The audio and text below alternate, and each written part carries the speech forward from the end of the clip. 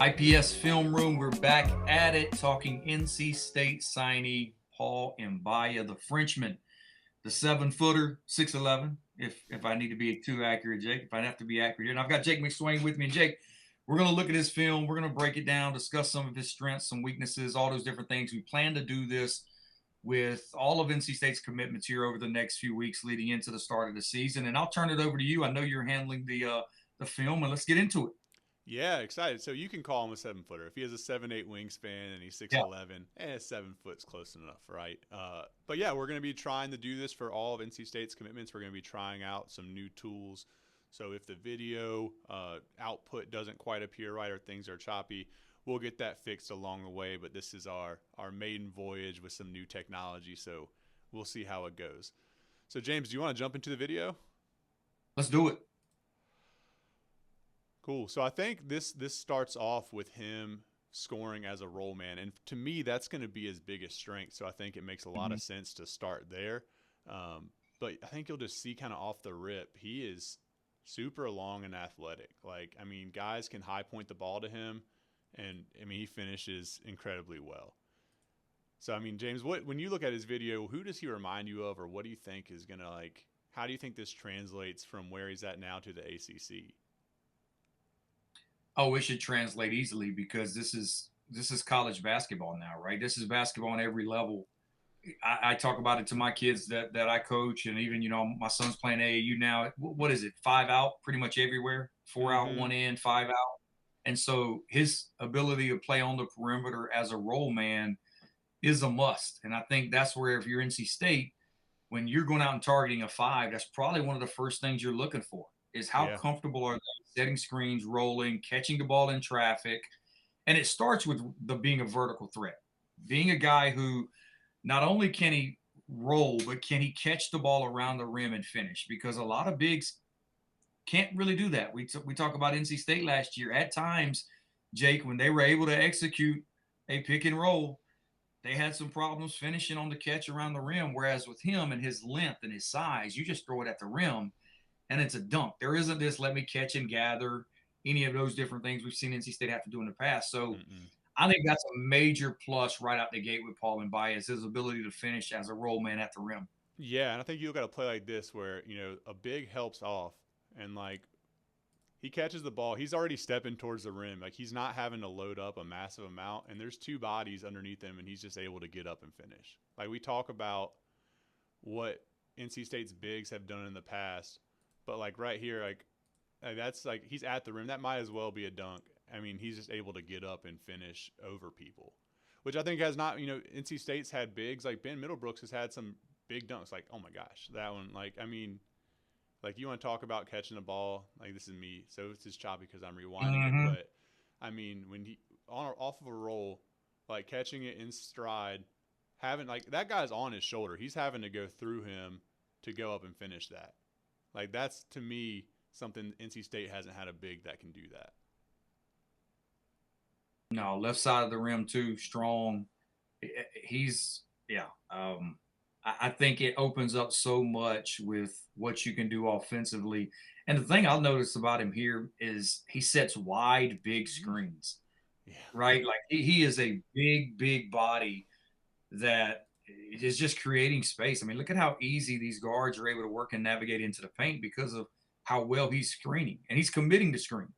A lot of guys don't commit to these screens. They just show and go, different things like that. Mm-hmm. He's actually setting them and giving his guard an angle. He might get some moving screen calls, but I mean it's like Mm-hmm. he's Oh, fine. he's Like gonna get a couple. he's strong. He can rip the ball away. Like this was a play I wanted to rewind for. Like I mean, you want to talk about catching a body? Like this dude, 19 right here, is deciding to jump with him, and like he gets a decent contest, and like Mm-hmm. he's not even having to get off the floor that much, but just on someone's head, and that's a big dude. Like whoever this 19 is for the other team, I have no idea who it is. Like that's an like I don't know skill wise, but size wise, that's very comparable to what he's going to be going up against. We talked about dunking ability and the finishing at the rim. You think back to BJ Anya when he was at NC State. He had the 7'8" wingspan as well. And Jake, you could probably get maybe a phone booth a phone book underneath BJ's feet when he's jumping right. Like he's not getting too high off the ground, but it still felt like BJ could dunk anything around the rim because of that length. And that's where when you say this guy's 7'8" wingspan with athleticism, I think I read at his NBA draft combine he had a 35-inch vertical. Yeah. I mean, he's going That's to nuts. be well above the rim with his length. Yeah, and I think he's just someone who's going to be able to live that way. Like he's got a decent amount of, finishing ability around the rim too. Like I think this now moves into him as an offensive rebounder, which is just dirty points that you want your bigs to get.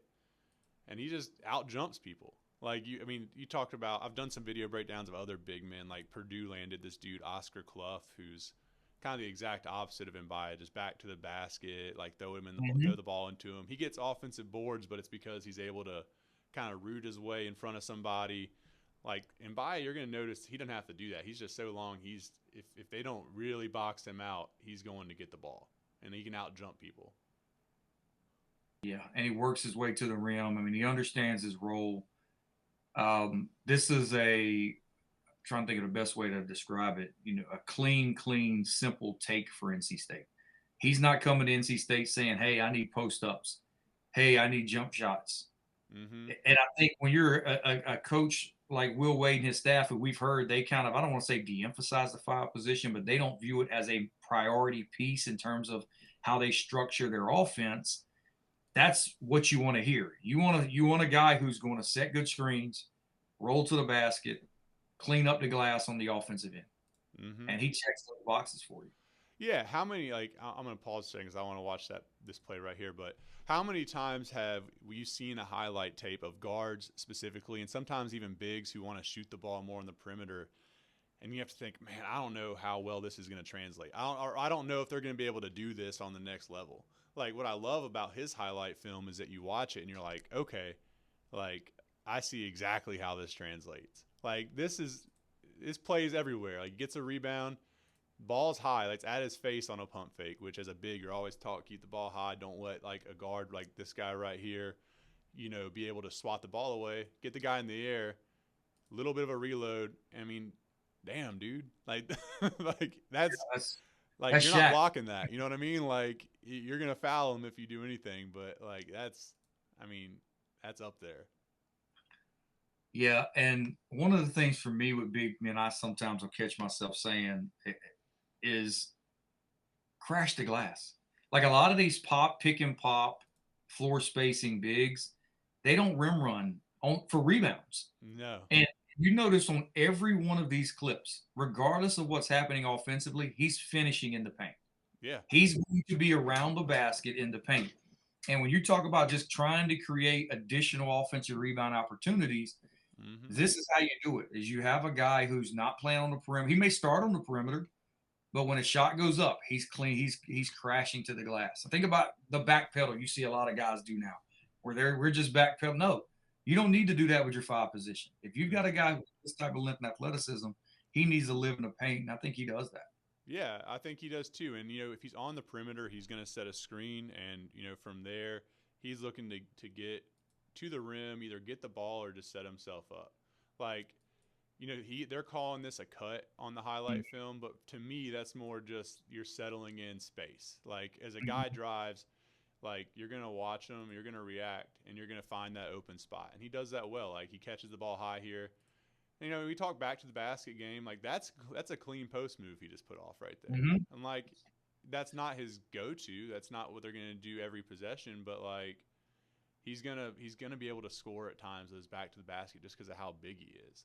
Like, on this situation where you catch it high post, you make one move, good little reverse pivot, and, lay it in. Like, simple stuff, like, and you'll be fine. Yeah, it doesn't need to be. You don't even want it to be difficult with this spot. And that's where, when I compare it back to NC State the last 2 years, and look, it worked for DJ Burns, right? Like the offensive complexity of playing through the 5 position and allowing him to make reads and do all those different things, it worked. But last year, it didn't. Once teams just said, hey, we'll double the block. Yeah. We'll take away posts. We'll make them give the ball up. Now you get stuck in what you're trying to accomplish because neither one of those guys were ideal rim run vertical threats like Mbiya. And so I think it's just a different approach, and it's just so much simpler.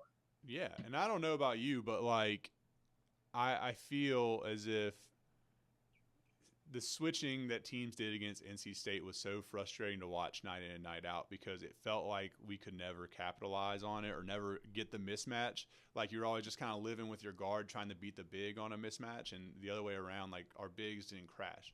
So I backed it up on this one. Like it's like, okay, you want to switch?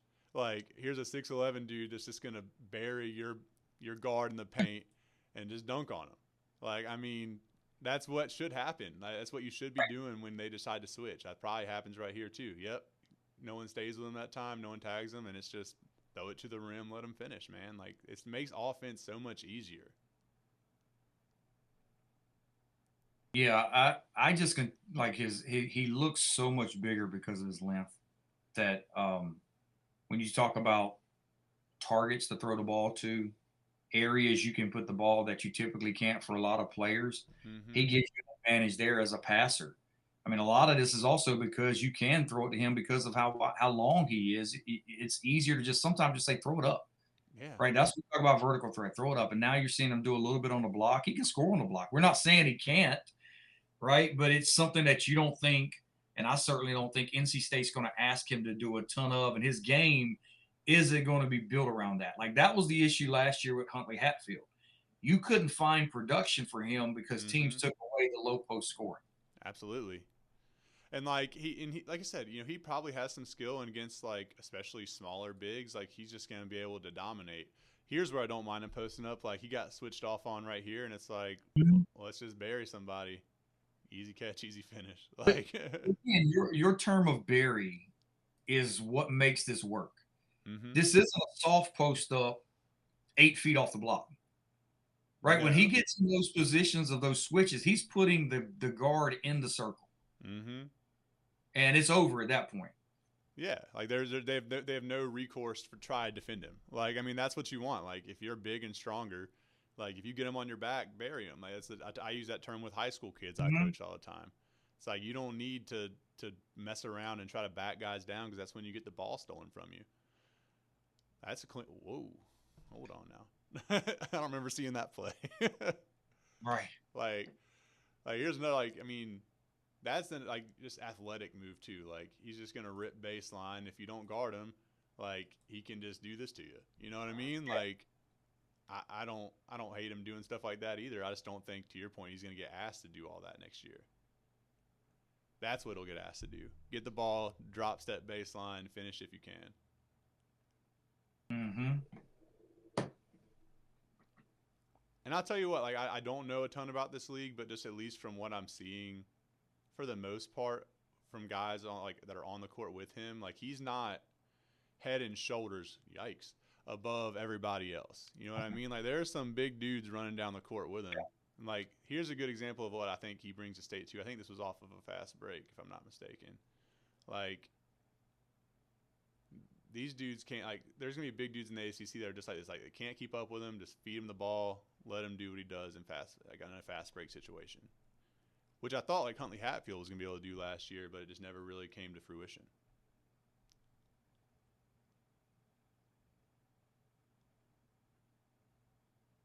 Yeah, he's playing. He moves really well for his size.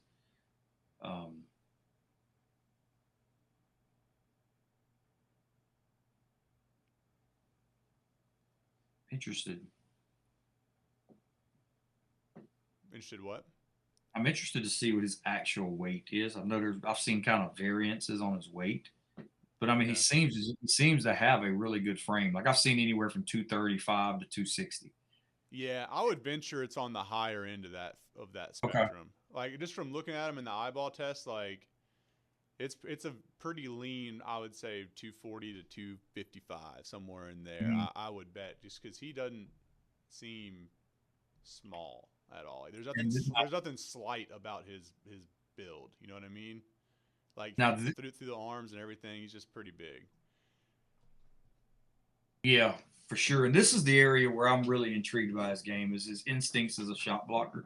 I wanted to get your thoughts on it because when I was watching it, feels like he's got really good timing, knows when to leave. Well, one of the things I like is he stays on his feet until the last second. Like Yeah. he's not one of these guys that's jumping all over the place. And that's where the added length helps, is he knows he doesn't have to. He's so long, he can be late Yeah. with his contest. And I mean, you look at it right here on this one. I mean, he's waiting until the guy leaves his feet for the jump shot before he has to go. And Yeah. I think there's a lot of those on tape where you can say, okay, that's going to keep him out of foul trouble, and that's going to make him a tough guy to score against, because a lot of these pump fakes and things aren't going to work with him. Mm-hmm. I'm interested to see this one because he's like, because you're seeing off the pick and roll, and it's like he's having to be that last line of defense as a rim protector, and he still is like in position to guard his man on a cut right here. So like you watch him get up, like he's coming from the help side, he's long enough to go from the opposite side of the ball, still jump and deflect it. You know what I mean? And when we talk like him versus Scott, like this is the kind of stuff like that he's going to give you that Scott probably isn't. Like right here, like when we back that up, he's able to stay on his feet.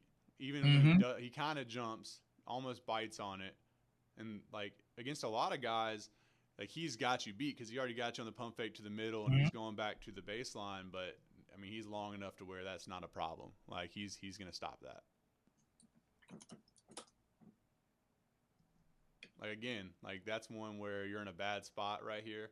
I mean, the guy caught you on a roll or a slip, and like he kind of scared him off a baseline. He's just big enough to. You're right. He doesn't jump. He doesn't have to jump that high or like go crazy to get a hand on the ball.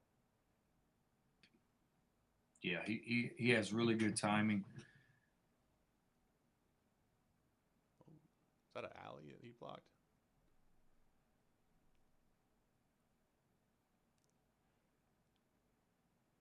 I like just looking. I love when passes for bigs get included. Yeah.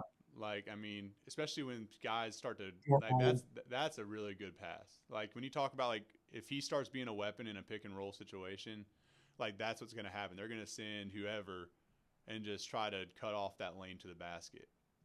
And that's quick. Like I mean, you know, from when he caught the ball to right there is the first time that he's seen that he has two dudes coming at him, and just an easy dump down for a dunk. And you're going to have guys that are going to be in that spot, like. That's going to be Jerry Ding. Like that's going to be a lot of guys who are going to be able to cut off of him or make plays off of him if he has help coming his way. It's a good pass.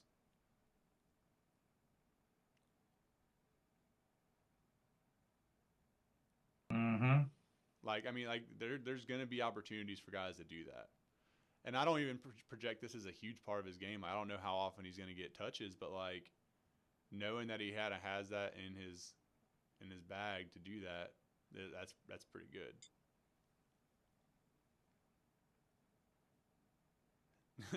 I love how half of these get called steals, and it's like he just kind of caught the ball coming off. Like I don't know how much of a ball stealer he's going to be, but his length should help at least keep balls, you know, out of passing lanes that he's there for, you know. And that's it. So I mean, that's the video, James. What do you think, man? Like, kind of where do you view him as far as an impact player? I know we've talked about it quite a bit, but where do you think he's really going to make headway in his first year in college basketball? Well, I think he's plug and play. That's what I like about him is he'll be labeled, I assume, a freshman, but this is not your typical freshman.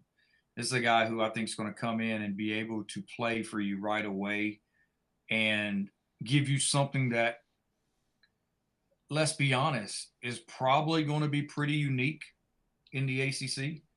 I mean, you think of what was it? I'm gonna butcher his last name. The big for Duke this year, Kamalak. Oh yeah, Malak or whatever his name is. Yeah, I mean, just physically, I mean, as a true freshman, and I think this guy's probably. I'm not saying he's got the ceiling upside or whatever. I think it helped him to be in the States. But I mean, physically, he just gave Duke something different that a lot of teams just don't have. You don't have 6'11", 7'8" wingspan. And that alone gives you, on the college level, the ACC level, just a totally different look than a lot of teams will have to deal with. And is he raw? Yeah. I think there's some things that you don't want him doing. Like, yeah, he can make some passes for you. He can post up a little bit. I don't think you want to ask him to do those things much, though. I think you want to limit that and really focus on the strengths, and the strengths are obvious. I mean, his ability to rim run, vertical threat, set good screens. I mean, you think about running ball screen actions with if you were to land a guy like PJ Haggerty, where you're giving him angles to get into the paint, to get his shot off, to get to the rim, and then you've got this massive guy just rolling behind him, cleaning up anything. I mean, that's the I think the outlook NC State has for this is you've got a guy who not only can be a potential eraser for you defensively, but offensively is a willing rebounder who's going to just go and crash and try and clean the glass. I think the production. I mean, I don't know where you'd be at. I mean, I'm talking, and again, I think people may view the production a little different. Like if you could get a 10-7 season from him, you know, that would be big. And I had one guy ask me in the forums, can he play 4 years? And I think we talked. Well, it was in the Zoom because you were in there, and we were like, you're not expecting this guy to be there 4 years because of just yeah, right. Because the amount of potential he has, if he does what we're seeing here on tape in the ACC, this is a draft pick. Yeah, you might get 1 year. Right. That's the ceiling with him. This is an NBA level. He has those types of physical tools to where he just has to do it in game situations and against competition that I think teams want to see. Yeah, and if he puts this on tape, like what he put on tape in this French league in the ACC next year, like he'll be a draft pick. Like he'll be a round one draft pick. Now he has to adapt to the level of competition, the level of athlete, because it is not like we talked about Sanya in the Spanish league. It's not that type of league. Like it's not going to be that like former NBA guys, but again, like it's still like size wise looks good. Comp looked okay from the highlights that I saw, and I think. It wouldn't shock me if he averaged like a double-double. I mean, like I know that's like a lot and a lot of expectations to put on him, but like I think he won't have to do a ton to score 10 points a game. Like 5 rolls, 2 offensive rebounds and 3 dunks off cuts, layups off cuts. That's not a lot for him and the stuff he's going to have around him, especially if the roster shakes out the way that it does. I just think it's going to be interesting. Yeah, I'm with you. So there you have it. Paul Mbiya. Wanted to do a film room for you guys on him today. We are going to be doing these on all of NC State's transfer portal and non-transfer portal additions. Paul's not a transfer portal guy. He's just an addition to the roster. So we're going to be doing those here over the next couple of months as we lead our way into the season. I'd like to thank Jake for putting this together. I hope you all enjoyed it, and we'll do it again next time.